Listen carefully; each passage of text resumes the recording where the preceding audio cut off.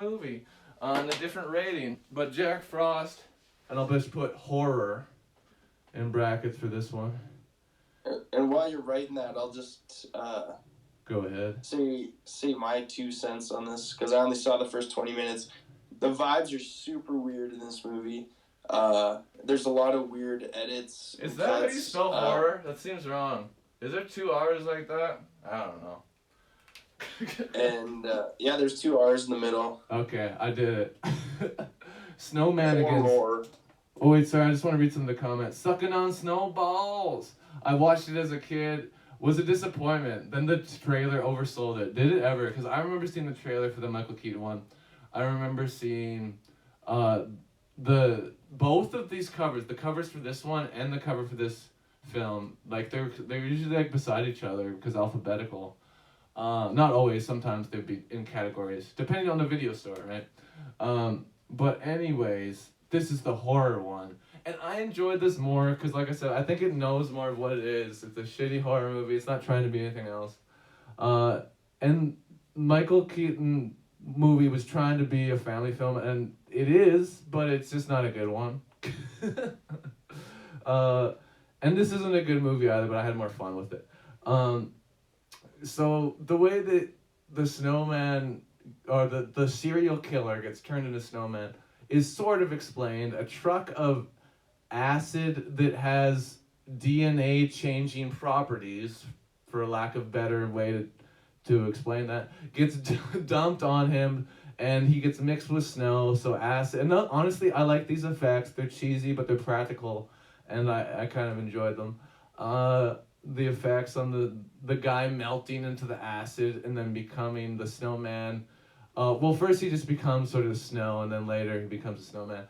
It's sort of different levels, and the most infamous scene in this movie is probably the rape scene, and I'm not a fan of rape scenes. Obviously, they're usually almost always unnecessary, but I mean it's a fucking snowman doing it. Maybe you can have a little bit of humor about it. Maybe, I don't know. Still not my favorite scene. He takes off the nose, and I laughed at this rape scene. Stevie laughed at it, so it's okay.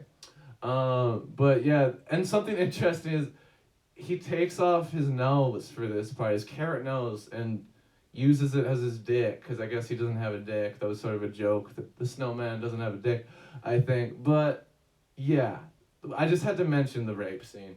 Moving on. What else in the? Okay, there's some very noteworthy things in this film because there's lots of silly shit. So there's a kid in this, and we were talking about how there's a kid in the Michael Keaton one. The kid in this one is a much worse actor, but this is a B movie, so like that makes sense. And there's a scene where I don't know, they're letting this kid do whatever the fuck he wants. He's making oats with antifreeze in them. We find out later, and that's obviously. Sorry, sort of spoiler alert, but come on, it's Jack Frost. I think it's okay. But the motherfucking antifreeze is mixed with these oats that or whatever, and he ends up at the end throwing oats on him, and that's how they finally figure out how to get him. But there is a sequel to this movie, so they must have not fully killed him, and I don't think I want to watch the sequel, at least not yet. I'm not ready yet. Maybe one day. But it's also on Tubi. Yes, this movie's on Tubi, and so is the other Jack Frost. Tubi has 6 different films called Jack Frost on it. Right now, I noticed. I typed it in and was like, okay, I'm gonna watch these ones because I've heard about them. But there was a bunch of other ones. Anyway, G Bergs, did you watch this whole film? No, just about the 20-minute mark, probably. Okay, yeah, so you saw the beginning with him turning into a snowman and shit. Or getting melded with the snow. Using my nose as a dick, relatable, says Stevie. Yeah. There's a scene right at the beginning where the serial killer's riding in the back of the security vehicle, and there's a guard smoking a cigarette, and then when the guard is on the ground and the killer's smoking the cigarette, and then he they have a neck breaking sound, but his foot moves 2 inches on the guard's neck. It's a hilarious scene. Yeah. Looked really bad. Yeah, I agree with that. Yeah, I don't know. The acting in this isn't great, but some obviously some actors are better than others. I think the cop, like the main sort of guy, you could debate that he's the main guy.